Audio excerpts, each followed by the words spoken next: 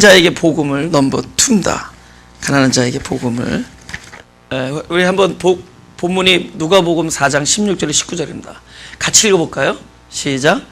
예수께서 그 자라나신 곳 나사렛에 이르사 안식일에 자기 규례대로 회당에 들어가사 성경을 읽으려고 서심해 선지자 이사야의 글을 들이거늘 책을 펴서 이렇게 기록한 데를 찾으시니 곧 주의 성령이 내게 임하셨으니 이는 가난한 자에게 복음을 전하게 하시려고 내게 기름을 부으시고 나를 보내사 포로된 자에게 자유를, 눈먼 자에게 다시 보게 함을 전파하며 눌린 자를 자유케 하고 주의 은혜의 해를 전파하게 하려 하심이라 하였더라. 아멘. 우리 한 1분 동안 우리 잠깐 기도를 하겠습니다.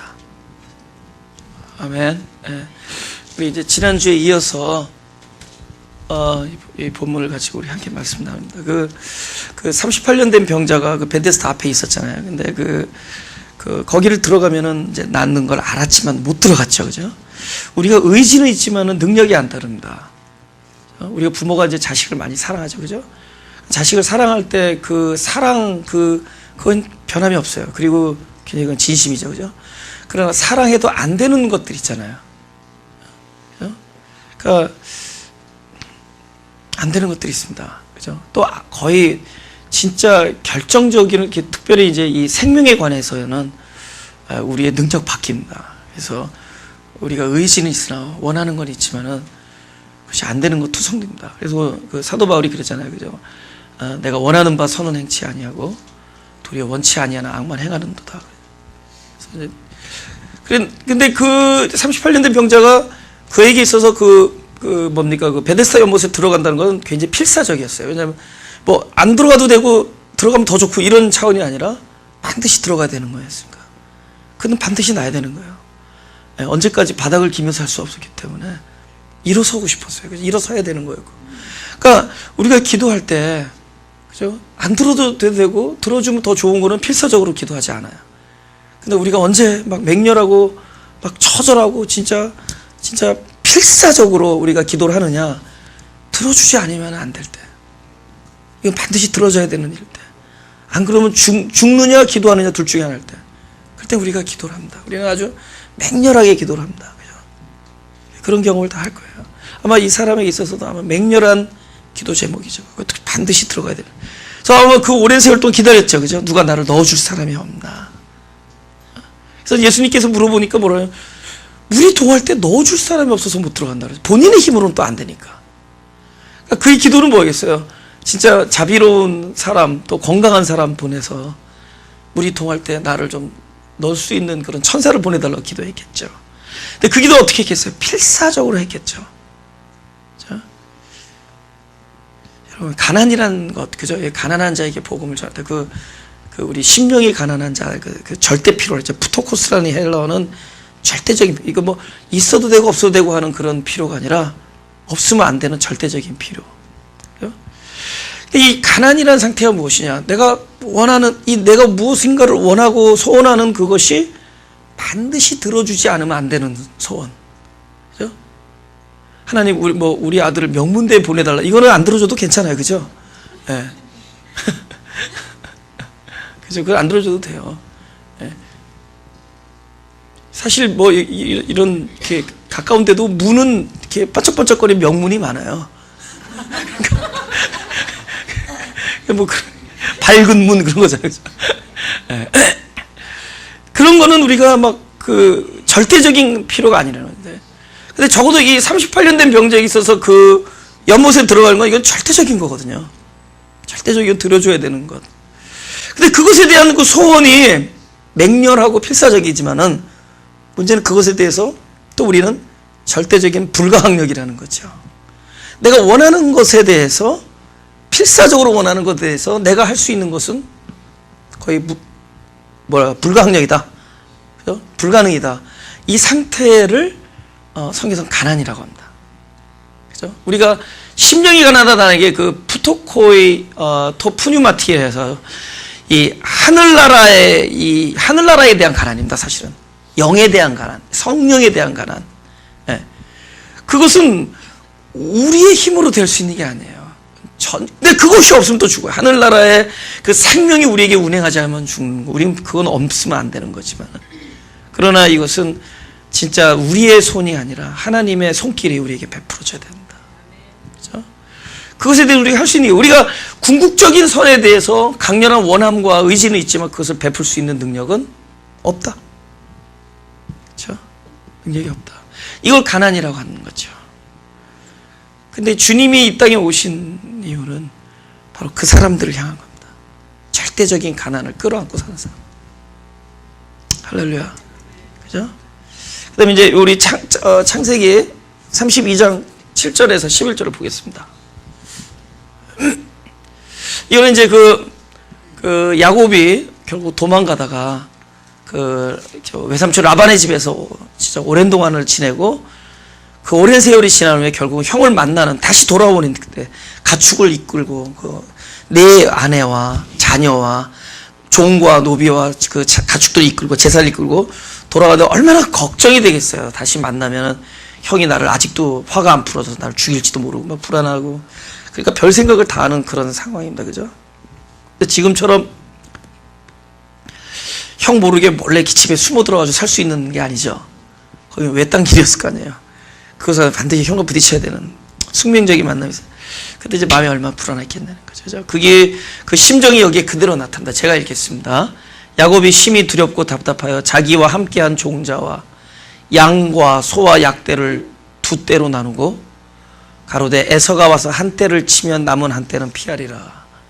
그러니까 얼마나 불쌍해요. 그죠? 둘로 나눠가지고 에서가 한쪽을 공격하면 한쪽은 도망가겠다, 그런 생각을 합니다.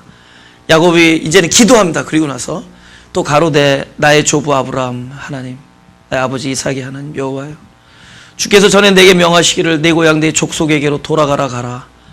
내가 내게 은혜를 베풀리라 하셨나이다 하면서 고향으로 지금 돌아가는 길에 하나님을 다시 리마인드 시키는 거예요. 너무 겁이 나서 그럽니다. 나는 주께서 주의 종에게 베푸신 모든 은총과 모든 진리를 조금이라도 감당할 수 없사오나 내가 내 지팡이만 가지고 이 요단을 건넜더니 지금 두 때나 이뤘나이다. 여기까지는 이제 진심이 담기기도 진심이겠지만은, 그렇게 아까 말씀드린 어떤 절대적 가난, 어떤 막 자기의 필사적인 그 처지에 대한 기도가 아닙니다. 이거는 우리가 늘 그냥 하나님께, 하나님, 내가 받을 은혜는 내가 받을 자격은 없지만 이렇게 베풀어서 감사합니다.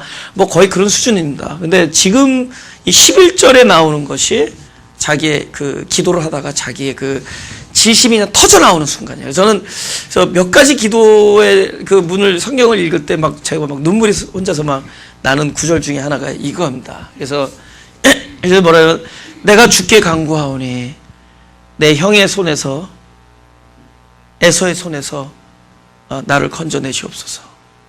내가 그를 두려워하면 그가 와서 나와 내 처자들을 칠까 겁냅니다. 그러니까 이건 진심으로 기도하는 겁니다. 그죠? 사실은 날 좀 봐달라는 겁니다. 그죠? 형이 나를 칠까봐 걱정된다는 거예요. 그죠? 우리가 조금 하나님하고 단둘이서 기도할 때, 물론 여럿이서 기도할 때는 어떤 규격이 있잖아요. 그죠? 근데 이제 저처럼 하나님과 이렇게 막역한 사이라고 스스로 느끼는 사람조차도 혼자서 기도할 때 이렇게 필사적인 이유가 아닐 때는 좀 이렇게, 좀 말도 좀 예쁘게 꾸미려고 그래요. 그죠? 하나님, 참 이렇게 부족한데, 이렇게 참 은혜를 베풀어서 감사합니다. 근데 진짜 급하면 다 띄워버리고 얘기한다. 진짜 급하면 나 지금 죽겠다는 거예요. 뭐 하고 계시냐는 겁니다. 너무, 그러니까 막 진짜 눈물을 뚝뚝 흘리면서 이렇게 내가 이렇게 손을 꺾는다 그랬죠.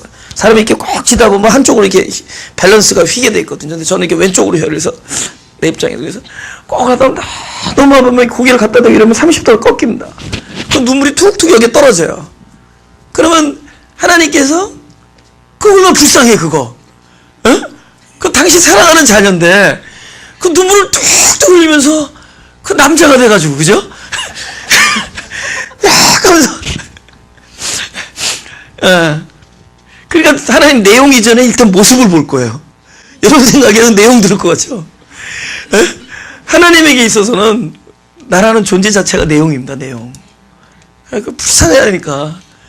그 옛다 일단은 들어주고 보자고 그런 것도 한두 개가 아닙니다.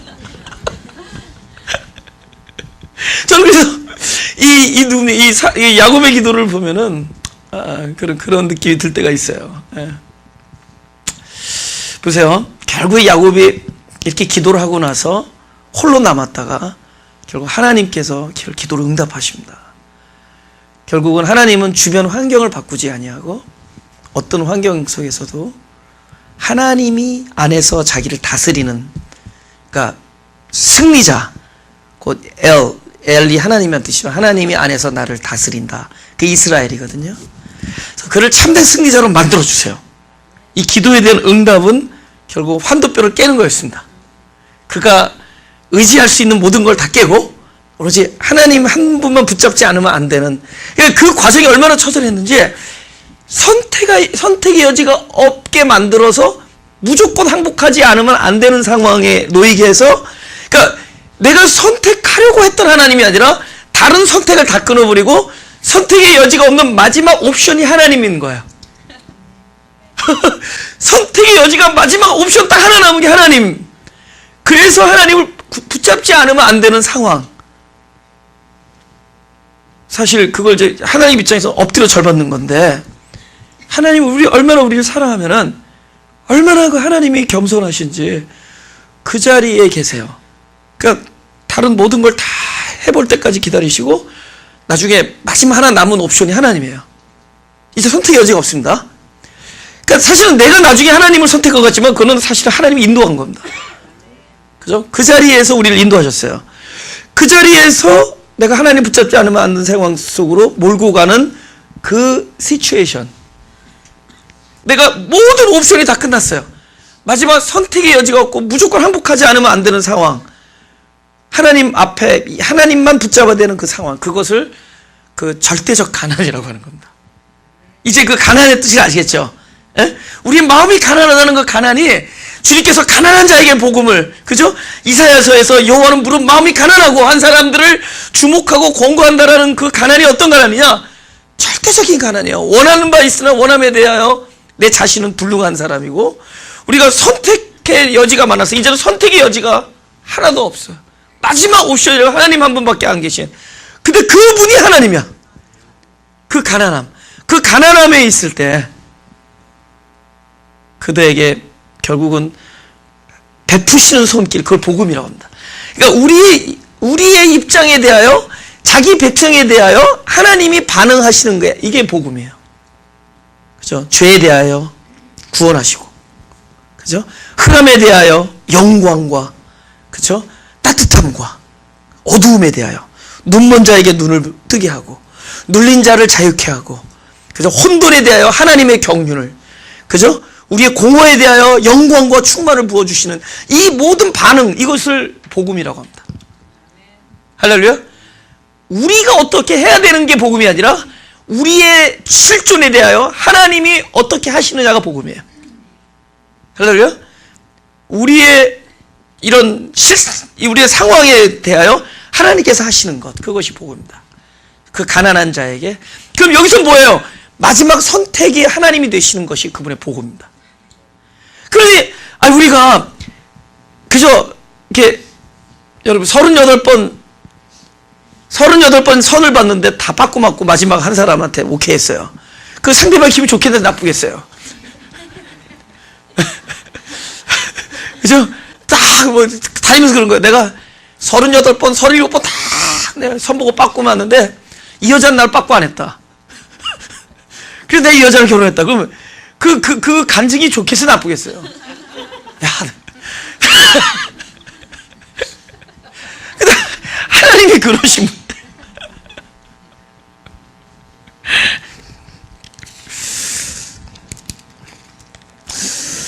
제가 그 목회를 처음에 하고 나서 그 조그만 방에, 그러니까 우리 교회가 요거 한 3분의 1 정도 되는 공간이었습니다. 그래서 빽빽하게 의자를 한 90석인가 100개를 놨었어요. 한 3분의 1 되는데. 근데 세상에 무슨 교회를 개척교회라면서 유년부도 안 만들고 아무것도 안 만들고 딱 하나 달랑 만들어 놓은 게 제 기도실을 하나 만들었어요. 그래서 나는 이제 개척을 하면 이제 기도를 많이 해야겠다 그런 생각했어요. 기도만 해야지 그런 생각했습니다. 그래서 그냥 맨날 가가지고 뒤에 맨 낮에 가가지고 기도를 하는 거예요. 그죠? 앉아가지고. 그때 진짜 막 기도를 오래 했습니다. 그죠? 지금 생각해보니까 무슨 기도를 이렇게 오래 했는지 이해가 안 가요. 무슨 기도를 이렇게 했는지요. 근데 그 전에도 한번 말씀드리겠어요. 뒷방에 바로 뒷방에 병원이었는데 그 애기 그 면역 주사 놓는데 애기 그 예방 주사 놓는데요. 이게 30분에 한 번씩 그 애기 비명 소리가 들려요. 근데 어떤 아이 아주 대단한 그 어린아이가 온 거예요. 엄마를 협박할, 엄마가 이제 데리고 들어온 거죠. 엄마랑 같이 들어왔는데, 얘 한 4살짜리 꼬마인데, 그 정도 돼, 견적이 목소리가 그래요. 근데, 간호사 주사를 놓으니까, 그게 싫어가지고, 막 엄마한테 협박하라고, I hate you! I hate you! 그래서, don't do that! 그러면서, I hate you! 그래서 막 소리를 질러요. 근데 이게, 주사바늘이 가까우니까, 이게 선택의 여지가 없어. 그러니까 마지막 절규 먼저 하세요. I love you, mommy. I love you, mommy.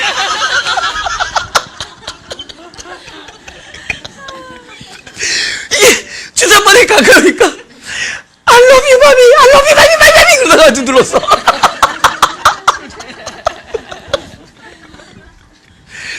하나님이 마치 우리 사랑한다는 고백을 거기서 받아. 하나님이 우리가 하나님을 사랑한다는 고백을 그렇게 받아요. 근데 그 엄마가 이렇게 우는 소리가 들리더라고. 그러니까 그 애가 고통스럽지만은 그 찔러야 되는 걸 아는 거잖아. 당장은 고통이지만 그것이 그에게 복이라는 걸 아니까 엄마가 그 흐느끼는 소리가 들리더라고. 아들이 그러니까 뭐 협박했다가 뭐 사랑한다 그러고 뭐 I love you, I love you, I love you 그래서 찔렀어. 그러면 그 엄마가 그 흐느끼는 소리가 들리더라고요. 하나님이 우리가 사실은 그런 절박한 상황 아니면 하나님 찾지도 않잖아요. 그죠? 절박한 상황에서 우리 하나님 막 떼쓰고 막 협박하다가 마지막 순간에 가서 내가 당신을 붙잡습니다. 그러죠. 이놈아 붙잡을 옵션이 하나도 없으니까 나를 붙잡. 그 절대 가난한 자에게 그분 오신다는 거예요. 할렐루야. 가난한 자에게 복음을 전파. 출애굽기 3장 4절 5절입니다. 여호와께서 그가 보려고 돌이켜 오는 것을 보신 자. 이거 모세 얘기죠. 하나님이 떨기나무 가운데서 그를 불러 가라사대 모세야 모세야 하시매 그가 가로되 내가 여기 있나이다. 하나님이 가라사대 이리로 가까이 하지 말라. 너희 선 곳은 거룩한 땅이니 내 발에서 신을 벗으라. 그죠? 모세가 지금 이게 80세인데 40대는 말과 행사가 굉장히 능했던 사람입니다. 왕자로 있으면서. 근데 결국 말과 행사에 능할 때는 하나님 일을 할 수가 없었습니다. 오히려 사람을 그 어떤 의분 내지는 어떤 혈기로 사람을 죽이고 도망자의 길에 들어섰는데 이 사람의 이 80세의 모습은 자기의 그 모든 노력과 힘과 결심 이런 것들이 다 이렇게 어떻게 되냐 사라진 시기입니다. 그러니까 다른 말로 인생의 시간을 통해서 하나하나 무너져 간 겁니다. 무너져 간 거예요. 그죠? 저는 나이가 많다고 한 얘기 아닙니다. 모세 입장에서 그런 거예요. 모세 입장에서는 자기의 결심과 자기 목적과 비전과 계획과 그런 모든 힘이 다 무너진 지점이 바로 이 지점이에요. 다 아무런 계획도 없고 그냥 시간 속에 사는 사람입니다. 그죠? 자기의 어떤 모든 게 다 부서지고 사라진.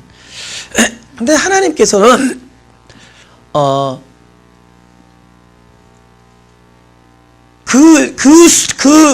나의 안간힘, 모든 안간힘이 다 상쇄되고 부서지고, 그저 하나도 남지 아니하고, 결심이 무너지고 한, 그때까지 하나님은 기다리셨다가, 그게 그 상태가 사실 하나님 입장에서는 준비된 거예요, 우리가. 항복한 상태니까. 자기 인생의 모든 것에 대해서 항복을 한 상태까지 기다리셨다가, 그것을 찾아오셔서, 그곳을 거룩하게 해요. 그러니까 여기 예를 들면은, 우리 생각에는 하나님이 계시니까 그곳이 거룩하다고 생각하자, 그죠? 그렇지 않아요. 하나님의 뜻은 오히려 가까이 하지 말라면서 내 있는 곳은 거룩하다 그런다. 그러니까 그는 특별한 곳에서 모세를 이끄는 게 아니라 모세가 가는 길에 와서 기다리셨어요. 그러니까 이 하늘나라는 우리가 어디를 가야 되는 곳이 아니라 뭐 GPS나 이정표를 가지고 찾아가는 게 아니라 하늘나라는 항상 우리에게 임하는 곳이에요. 그래서 주님께서 기도를 가르칠 때 나라가 임하옵시며를 구하라는 거야. 우리가 갈 수 없다면 구하라는 겁니다. 들어갈 수 없으면 구하라는 거예요. 그래서 하늘나라는 항상 우리에게 찾아오셨지 우리가 들어간 곳이 아니에요. 그래서 주님께서 그러잖아요. 너희는 마음에 근심하지 말라. 그죠? 그러면서 나를 믿으라 그러면서 내가 너희를 떠나는 것이 유익이다 그러면서 내가 곧 너희를 떠나는데 어떻게 떠나냐면 내가 아버지에게 간다. 그죠? 그래서 가서 너희 있는 처소를 예비하러 간다 그래요. 그러면서 나 있는 곳에 너희도 있게 하리라 그래요. 그 아버지께로 가고 나 있는 곳에 너희를 있게 하리라 한 그 아버지가 있는 곳이 어디였냐면 나중에 봤더니 우리 안에 들어오신 거야. 그러니까 그분은 하늘나라를 어디다 옮겨주셨느냐. 성육신 하셨을 때는 육체와 육체로 계셨고 시공 안에서 육체와 육체 속에 계셨고 그 다음에 그분이 부활하셔서는 그 하늘나라의 영혼을 어디다 심어주셨냐. 우리 안에다 심어줬어요. 그래서 내가 있는 곳을 거룩하게 했습니다. 근데 그분이 내 안에 들어오실 때 우리가 야 하늘나라가 들어갈 만하다 이러지 않았어요. 그분의 긍휼하심으로 우리를 선택하시고 부르셨습니다. 물론 십자가에서 우리의 그릇을 깨끗하게 하셨습니다. 그렇지만은 이미 죄인된 자들을 그는 깨끗게 하시려고 우리 한 사람 한 사람을 불러주시고 선택하시고 그 사람을 위해서 돌아가셨어요. 할렐루야. 그러니까 내 있는 곳은 거룩하다 할 때 그 특정한 곳이 거룩한 것이 아니라 너희가 어디로 가든지 어디에 있든지 그분이 선택하신 분에게 찾아오셔서 그곳을 거룩하게 만드는 거예요. 근데 그곳이 어디였죠? 우리 입장에서는 나의 모든 노력과 계획과 나의 생각과 나의 이런 모든 것들이 다 무너진 곳입니다. 무너진 곳이에요. 제가 지금 13년을 넘어서 이 교회 개최한 지 저는 13년이 나에게 왜 축복이었느냐? 왜 축복이었느냐? 얼마나 생각을 많이 가지고 저는 진짜 도 닦고 하산한 무슨 선사라고 생각했어요. 그래서 이 시대를 개혁하는 주의 종이다. 우리 아내한테 그랬어요. 남편 보기를 이제 이 시대를 앞으로 나를 마르틴 루터 체라고 불러달라고 그랬어요. 나는 어려서부터 그런 생각이, 어려서부터요. 저는 할아버지 집사 다니면서 막 교회 분쟁하는 그걸 보면서 나는 어려서부터 이 교회는 개혁된다. 이거에만 혈안이 있었어요. 그래서 그 얼마 많은 생각을 가지고 딱 시작을 했는데 이 13년의 이 사역이 자에게 얼마나 축복이 됐느냐. 그게 다 부서졌습니다. 그 모든 생각이 다 부서졌어요. 예.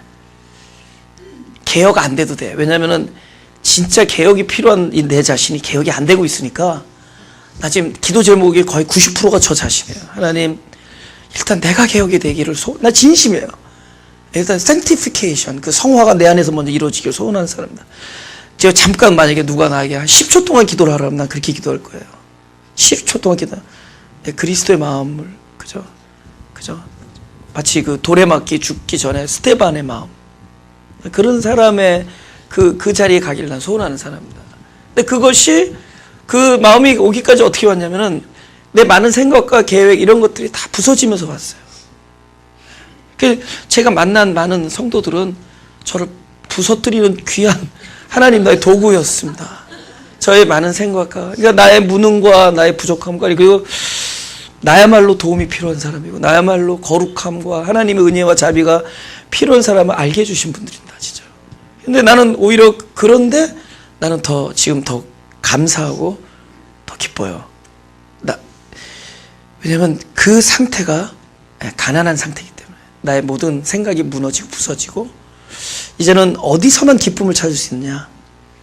그분의 임재하심. 내가 그분의 임재하심 하나로 기쁠 수 있다면 그것이 가난해.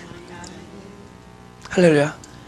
그분이 나와 함께 하심 자체가 나에게 최고가 될 수 있다면 그게 가난한 상태입니다. 할렐루야. 혹시 우리도 많은 생각이 부서지고 무너지고 그런데 하나님 한 분이 그냥 내 이름을 불러주는 것 하나가 나에게 인생의 최고의 기쁨이 된다면 그 사람은 진짜로 심령이 가난한 사람들입니다. 그 사람에게 그의 최고의 소원의 대상이 되시는 분이 하나님일 때, 그게 복음이에요. 그분이 그 자리에 있겠다는 겁니다. 절대적으로 나 이것 하나만 있으면 된다, 다른 거 다 부서졌어요.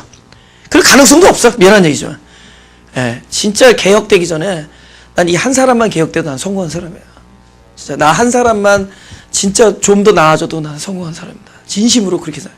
근데 그 삶이 즐거워. 조금씩 내가 개선되어 나가고 조금씩 이렇게 주님과 함께 이렇게 변해나가는 게 너무 기뻐요. 더 자유해지고 하는 것이 참 기뻐요. 근데 이제는 내가 내 스스로 나는 가난하다고 하면 왜 그러냐? 하나님이 그 소원만 들어주면 되니까. 하나님이 나 자신을 그리스도의 마음으로 분량으로 나를 충만케 해주는 것 하나로 내가 기쁘다. 그럼 나는 진짜 나에게 그게 복음이에요. 그렇다면 그 사람이 가난한 거예요. 그쵸? 그죠? 다른 생각 다 부서진 거예요. 우리 얼마나 생각만 해, 그죠? 우리가 이름을 날리기를 얼마나 좋아하는지 아십니까? 이름 날리는 게, 그죠? 근데 내가 봤어요. 막 이름 유명해지고, 막 명성이 올라가고, 막 이런데 그 끝이 안 좋은 걸 너무 많이 봤어. 얼마나 우리 피해 다닌 줄 아세요? 이렇게 잘 피해 다녀. 여러분, 계속 피해 다녀야 돼요. 머리 딱 자세 낮추고, 그죠? 막 사람들이 막 띄워주고, 이거 모델 꾀다는데 그거 속지 마세요. 그럼 슈퍼 모델 만들어서 나중에 자르면 겁니다. 그런 거 속으면 안 돼. 다 올려놨다 떨어뜨리니까, 얘 모델 꾀다 그러면 그런 말에도 현혹되면 안 돼. 처음에는 너무 좋은 거야. 역시 난 다르다. 세상이 나를 인정해 주는구나. 아니에요. 하나님께서, 너나 잘해. 하나님 진짜 가난한 심령이 돼가지고, 그런 생각 다 부서지고, 그래서 또 가끔 이렇게 연단 있고 무슨 이렇게 좀 억울한 일 있고 힘든 일 있으면 내가 생각 다 부서져. 부질없어요. 일단 내가 극복하길 원해. 십자가의 이 도가 내 안에 임해서 어떤 것들도 주님처럼 초월해서 받아들일 수 있는 영성, 이런 것만 원하게 돼. 그때 그 내 마음이 가난해지는 거예요. 다른 게 다 필요 없는 거예요. 무슨 나의 멋진 계획과 목적과 비전과 사명과 이런 것들이 다 부서지고, 당장 내가 이 상황 안에서 내가 진짜 참된 평강과 안식을 누릴 수 있는 그 영성, 그 주님의 마음, 그것을 나는 원합니다 하는 마음이 될 때, 그 가난한 마음이에요. 그에게는 반드시 주님은 복음이 되어 주실 겁니다. 할렐루야. 그거 된다는 거죠. 네. 요한복음 9장 1절을 보겠습니다. 근데 거기서 이제 세 가지를 얘기합니다. 가난한 자에게 복음을 전하라고 하면서 눈먼 자를 다시 보게 하고, 포로된 자에게 자유케 하고, 그다음 눌린 자를 자유케 하고, 곧 은혜의 해를 선포하겠다는 그 말씀을 쭉 하시는데, 특별히 우리가 눈먼 자에 대해서 좀 함께 좀 나누려고 합니다. 그죠? 왜냐하면 주님께서 그래요. 바리새인들에게 너희가 본다고 하니 죄가 있다 이렇게 얘기해요. 본다고 하니. 그러니까 우리가 진정한 그 흑암이 뭐냐? 그 본인의 어둠, 우리가 실존적 흑암을 인식하지 못하는 게 흑암이에요. 그죠? 적어도 내가 나의 어두움을 깨달았다 그러면은 그건 뭐죠? 은혜의 바탕이 됩니다. 그죠? 우리 첫째 아담이 뭐예요? 흑암과 공허 혼돈 그 자체입니다. 우리의 거듭나기 전에 우리는 뭐죠? 흑암과 공허 혼돈이에요. 우리가 그렇게 출발합니다. 그러나 흑암과 공허 혼돈은 바탕이에요. 무슨 바탕이죠? 하나님의 반응이 올 바탕이 됩니다. 흑암에게는 영광을, 공허에는 충만을, 혼돈에는 하나님의 경륜과 뜻과 하나님의 나라와 의를. 그래서 하나님이 하시는 일은 결국 그릇을 만들어 놓고 그것을 채우는 겁니다. 그릇이 없이는 존재할 수가 없었기 때문에. 그죠? 하나님은 우리의 흑암이라는 그릇을 출발했지만 그 그릇은 결국 하나님의 은혜가 임하는 공간이 돼요. 그죠? 그러니까 이 어두움은 오히려 복음이 있게 하는 어두움이에요. 그러니까 그 소경이 주님께서 지나가다 보잖아요. 야, 저 날 때부터 소경이다. 그건 존재적 불능이거든요. 우리 어둠이란 게 존재적인 거예요, 사실은. 왜냐면은 우리가 여태까지 평생 살면서 명령을 받았지만은 명령을 이행할 수 있기보다는 이행하지 못하는 것이 우리의 실존이었어요. 사명에 대해서는 거의 그걸 어떻게 되나? 불이행한다는 거예요? 그죠? 불순종한다 그러죠? 사명 우리가 순종할 수가 없었잖아요. 그죠? 우리가 의지와 원함이 있습니다. 그거에 대한 뭐죠? 불가능이었잖아요. 우리라는 건 존재적 어둠을 가지고 태어난 사람들이. 누구나. 그걸 몰랐을 때는 우리가 종교 안에서 나름대로 기쁘게 살아요. 성취해 가면서. 예. 그걸 몰랐을 때는 근데 그게 너무 극심한 그게 불쌍한 거예요. 그죠? 왜, 선악과로 왜 등장했느냐? 네가 누구냐라는 걸 알려주는 의의 장치예요. 이건 계명인데, 계명은 네가 누구냐라는 걸 알려주는 거예요. 그 마음속에 보이지 않는 내가 누구냐, 내가 발가벗고 있었다는 거는 의의가 없다는 거예요. 아직 완전한 의의가 있지 않다라는 겁니다. 우리는 그리스도로 옷을 입게 만들어줬어요. 근데 옷을 입지 않고 발가벗은 상태로, 근데 그것이 잘못됐다는 걸 모르고 있었던 거예요. 부끄러워하지 않아요. 근데 그가 결국은 그 죄를 짓는 순간 뭐가 드러난 거죠? 보이지 아니하는 자기의 실존이 바깥으로 드러난 거예요. 죄라는 것은 보이지 않는 존재의 상태가 보이는 것으로 나타난 것 뿐입니다. 그러니까 이는 죄를 질 수밖에 없는 존재. 뭐죠? 아직 흑암이요, 아직 공허요, 아직 혼돈이에요. 그것은 뭐냐? 그 첫째 아담은 마지막 아담으로 오셔서 완성돼야 돼요. 그 아직 완성되지 아니한 그릇일 뿐이에요. 그래서 성경의 형상이라는 건 그림자라는 뜻입니다. 형상으로 만들었다, 창조했다 그러죠. 그림자는 아직 본체가 와야 될 그릇입니다. 본체가 와서 연합되는 중생이 있어야 돼요. 그러니까 그 그림자가 나는 그림자가 아니고 본체다라고 여기고 있는 자신이, 나는 그걸 모르고 있다가 결국은 선악과라는 계명을 통해서 자기 안에 있는 자기도 모르고 있었던 상태가 드러난 거예요. 문제는 드러나기 전에는 뭐냐? 의로워, 누구든지 의로워. 율법적으로 의롭고 그것을 사람들이 껴입은 옷이라고 합니다. 그래서 성경은 그 옷들 다 벗겨준 거예요. 노아의 당대에 완전하다고 하는 그 완전의 사람의 의의 옷을, 그죠? 요셉의 채색 옷을, 그죠? 또 다윗왕 사울 다 옷을 벗습니다. 이 사람들이 옷을 벗는 거, 그 사람의 옷을 벗어야 돼요. 그리스도로만 입어야 됩니다. 할렐루야. 근데 그걸 모르고 있는 것이 흑암이야. 그러니까 눈먼자라는 것은 내가 지금 볼 수 없다라는 것을 모르고 있는 것, 나는 존재적으로 어둡다는 걸 모르는 게 사실 눈먼자예요. 적어도 내가 난 지금 보기를 원하나이다, 나는 지금 볼 수가 없다라는 것을 신음하고 있는 자는 은혜가 가까운 거예요. 그 요한 1서에 보면 이렇게 날 때부터 소경된 자를 보셨다 그래요. 그리고 아시고. 구원이 어디서 출발되냐? 우리의 실존을 그분께서 아신다라는 겁니다. 그죠? 네. 요한복음 9장 4절에서 7절 보겠습니다. 우리의 어둠에 대하여, 우리의 이걸 뭐라 하나요? 아픔이랄까요? 우리가 겪고 있는 것에 대하여 주님께서 가만히 둘까요? 가만히 두지 아니하실까요? 가만히 두시지 아니하시죠. 믿으세요? 네. 제가 만약에 나의 존재적 어두움이 있다고 치자고요. 막 끓는 나의 불능과 끓는 나의 이건 픽스가 돼야 되는 문제다. 이거는 존재적으로 이건 불가능하다라는 어떤 각자의 절규와 신음에 대하여 어느 날 그 생각이 드는 거예요. 사실 이제 어제 내가 이게 설교를 이렇게 노트에다 이렇게 쓰면서, 잘 읽지도 않지만 나도 노트에다 쓰면서 눈물이 나는 게, 어떤 생각이 드냐면 하나님께서 자기 백성을 그들의 어두움에 그냥 두지 아니한다라는 걸 알게 해줬어요. 자기 백성이잖아요. 그러니까 그들의 어두움을 아시는 분께서 그걸 가만 두실까요? 그러니까 얼마나 치료가 되는지 몰라요. 가만 두시지 아니할 것이다. 그러니까 왜냐하면 지금 이 소경이 주님을 부르지도 않고 주님 찾지 않았습니다. 근데 그 소경의 소경됨을 아셨다는 거죠. 그래서 오셔서 그걸 가만두시지 않은 거죠. 그럼 어떻게 했느냐? 더 소경되게 만들어. 막 안 보이는 눈을 그냥 캄캄하게. 우리가 이렇게 보면은 이 진리라는 것은 보려고 하면 안 보인다, 이상하게. 근데 눈을 감으면 보여요. 그 이상하지 않아요? 근데 왜 어렸을 때 왜 우리 그 주일학교 교사가 왜 눈 감고 기도하라고 했던 얘기를 좀 이해가 가요. 지금은 이제 눈 떠도 안 보이니까 눈 뜨고 기도하는데 그때는 눈을 뜨면 너무나 보이는 게 많았어요. 근데 그때 눈을 감아야지만 내가 하나님을 볼 수가 있었어요. 그분의 마음을, 그분과 통할 수가 있었어요.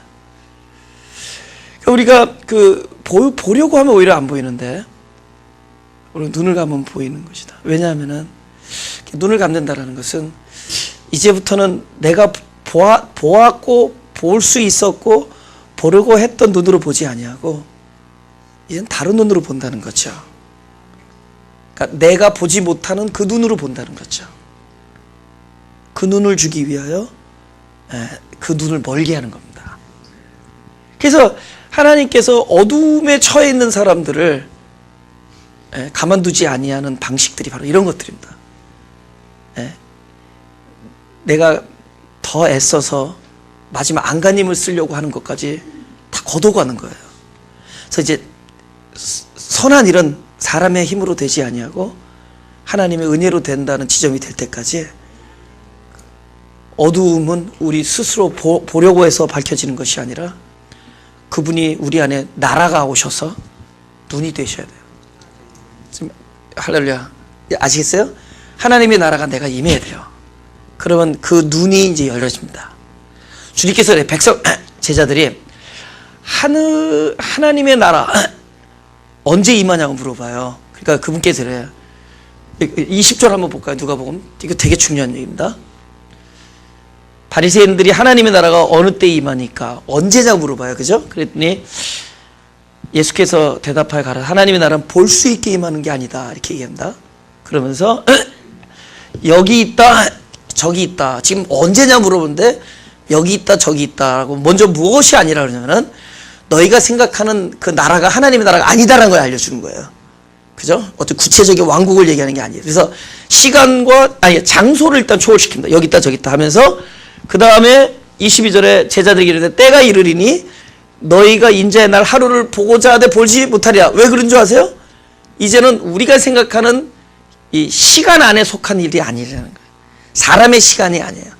그 때가 아니라는 겁니다. 너희가 그날 못 봐. 왜냐면 우리가 뭐 언제 어느 날 이런 게 아니기 때문에 이건 이제는 하나님의 시간에 속한 이제는 그 차원이 다른 거예요. 그러면서 사람이 너에게 말하되 보라 여기 있다 저기 있다 여기 있다 말이라. 그러나 너희는 가지도 말고 쫓지도 말라. 24절 다 같이 시작. 번개가 하늘 아래 이편에서 번뜩하여 하늘 아래 저편까지 비춘 것 인자도 자기 나라에 그러하리라 하면서 그 하나님의 나라를 번개불로 표현합니다. 뭐죠? 빛의 역사라는 거죠. 여러분 지금 빛이 엄청나게 빠른 속도로 운행하고 있어요. 그 빛이 만약에 요만하게 자기를 주장한다면은 저와 여러분은 지금 다 여기 지금 스펀지처럼 뽕뽕뽕뽕 나갈 겁니다. 빛이 얼마나 빨리 움직이지 않으세요? 우리가 누구를 착 쳐다보면 여기서 빛이 나가는 거 알죠? 근데 그게 지구를 1초 동안에 지구를 7바퀴 반인가 도는 속도로 지금 갑니다. 그죠? 10 곱하기 3에 3 곱하기 10에 8승 per second 뭐 이렇게 나와요. 그 속도로 확 나갑니다. 그죠? 그 빛이 자기를 주장하면은 근데 이 빛은 하나님의 생명이고 사랑이었어요. 이게 말씀입니다. 결국은 하나님의 나라는 말씀 안에서 우리에게 오시는 거예요. 할렐루야? 말씀의 역사라는 거예요. 근데 이 말씀의 역사 하나님의 나라가 우리 안에 임하면은 그 임함으로 결과로 우리가 그 눈이 열리는 이거 뭐 거듭나는 눈이에요. 이 눈으로 보는 겁니다. 그죠? 저들이 볼 수 있대. 계시록에는 누가 보면 볼 수 없다 그러는데 계시록에는 보리라 그래요. 볼 것이다. 그 무슨 눈이냐? 우리가 여태까지 보던 그 눈이 아니라 거듭난 눈으로 보는 거예요. 하나님의 일이니까 이건 시간과 때와 장소와 이런 사건에 국한된 것이 아니라 하나님의 거니까 하나님의 나라 거니까 놀라운 일이죠. 할렐루야. 그러니까 볼 수 있게 만나 몰려 이제는 우리의 거듭남으로 보는 겁니다. 근데 그러기 위해서 그분이 약속하는 복음의 내용이 뭐냐?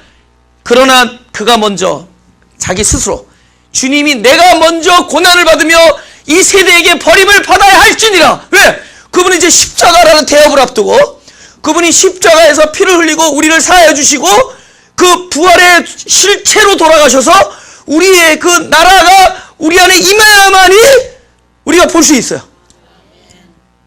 그럼 그 소경에게 깜깜하게 그 소경의 눈으로 볼 수 없게 만든 이유가 뭐예요? 이제는 너는 다른 눈으로 봐야 된다. 다른 눈으로 보기 위해서 그분은 부처님 무슨 생각했겠어요? 내가 먼저 이 인자가 고난을 받으며 인자가 여러 세대에게 능욕과 침을 뱉은 걸 당하며 그들에게 고통을 당하며 그들에게 버림을 당하며 여러 세대에게 버림받아 해서 내가 부활의 실체로 가서 너 안에 나라로 임할 때 너의 눈이 떠질 것이다. 할렐루야.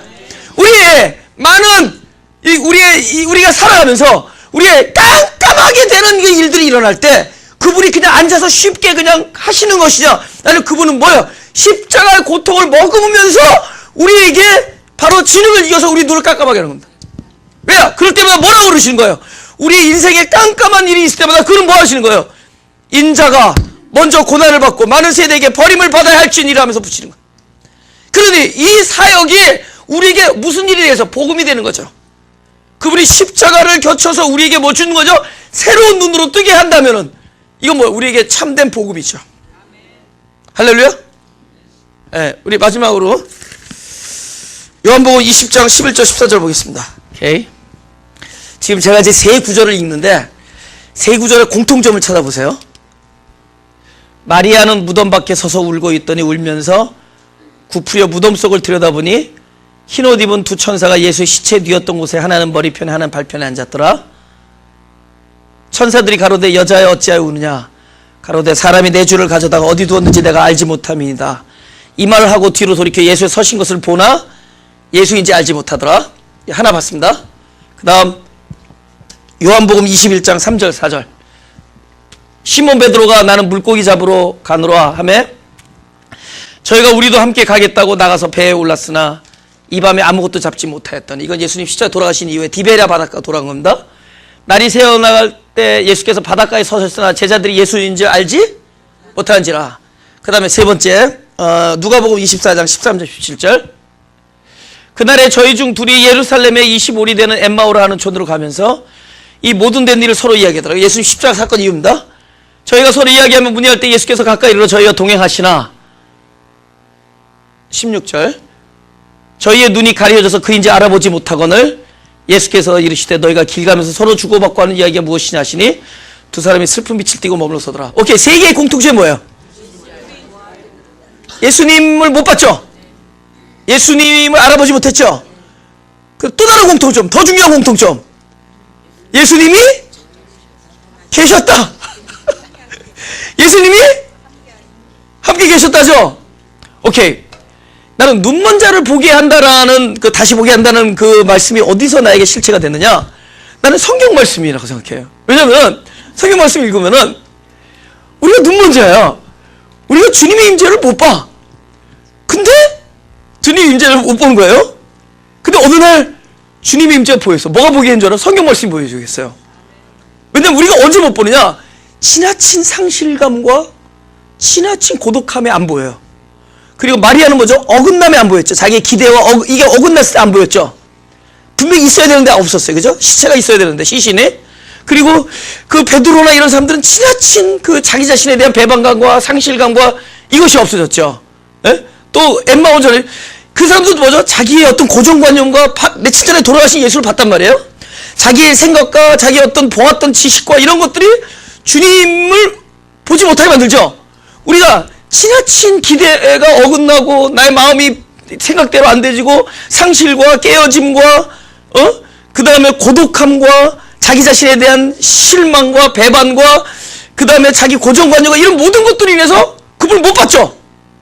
근데 뭐가 보게 하죠? 성경 말씀이 보게. 뭐냐면 그럼에도 불구하고 주님은 임재하신다. 그러니까 우리가 동일한 마음 품고 그분을 못 보고 있는 상태에도 성경에서 뭐라고 하냐면 그분은 항상 계셨어요. 생각해보니까 하나님이 나를 떠난 적이 한 번도 없었어요. 우리가 여태까지 살면서 너무너무 힘든 적도 많았어. 근데 지금 생각해보니까 어느 한순간에도 주님의 임재가 나를 떠난 적이 한 번도 없었어. 한 번도 없었어. 그래 앞으로도 마찬가지예요. 앞으로 주님의 임재가 우리를 떠난 적은 한 번도 없을 겁니다. 단지 우리가 못 본 거야. 복음은 우리에게 난 너를 떠나지 아니한다고 얘기하시는 겁니다. 네가 보지 못하더라도 그는 우리를 떠나지 아니하신다. 결국 복음이 우리를 보게 하는 겁니다. 눈먼 자를 뜨게 하는 것은 주님의 말씀이고 언약입니다. 가슴에 손을 대시고 기도하겠습니다. 진짜 그리스도 당신이 우리 안에 오셔서 우리의 생명이 되시고 또 날마다 우리의 양식이 되어주시는 것으로 인하여 우리가 이렇게 참된 영생을 누릴 수 있게 해주시니 감사합니다. 우리가 이 세상 다른 것은 다 모른다고 할지라도 당신이 나에게 생명의 양식이 되어주지 않으면 살 수 없다는 고백을 이 자리에서 했습니다. 오늘 당신께서 들려주신 사랑의 음성은 우리의 어쩔 수 없는 실상을 그대로 놔두지 아니하시고 반드시 당신의 구원으로 반응해 주신다는 놀라운 음성을 듣게 해주시니 감사합니다. 이제 우리의 어두움을 주님 앞에 내놓사오니 영광과 빛으로, 특별히 중생의 빛으로 반응하여 주옵소서. 우리의 배고픔에 당신의 충만하심과 영원한 공급으로 응답하여 주시고 우리의 어쩔 수 없는 죄악에 당신의 용서하심과 죄를 씻으심과 또 우리를 새롭게 거듭내신 당신의 구원의 역사로 응답하여 주옵소서. 우리가 어찌할 수 없는 우리의 부족함과 불가능을 주님의 손 위에 올려놓사오니 당신의 전능하심과 자비하심이 그곳에 역사하셔서 특별히 우리가 어찌할 수 없는 우리의 자녀들을 주님의 손 위에 올려놓사오니 우리의 자녀들을 보호하여 주시고 당신의 친히 인도하여 주시고 키워주시고 당신이 함께하여 주옵소서. 우리가 가는 곳마다 늘 함께 계시는 주님의 약속으로 인하여 우리가 사망의 음침한 골짜기를 지날지라도 우리가 평화와 안식을 찬송할 수 있게 하여 주시니 감사드리며 예수님의 이름으로 기도드렸사옵나이다.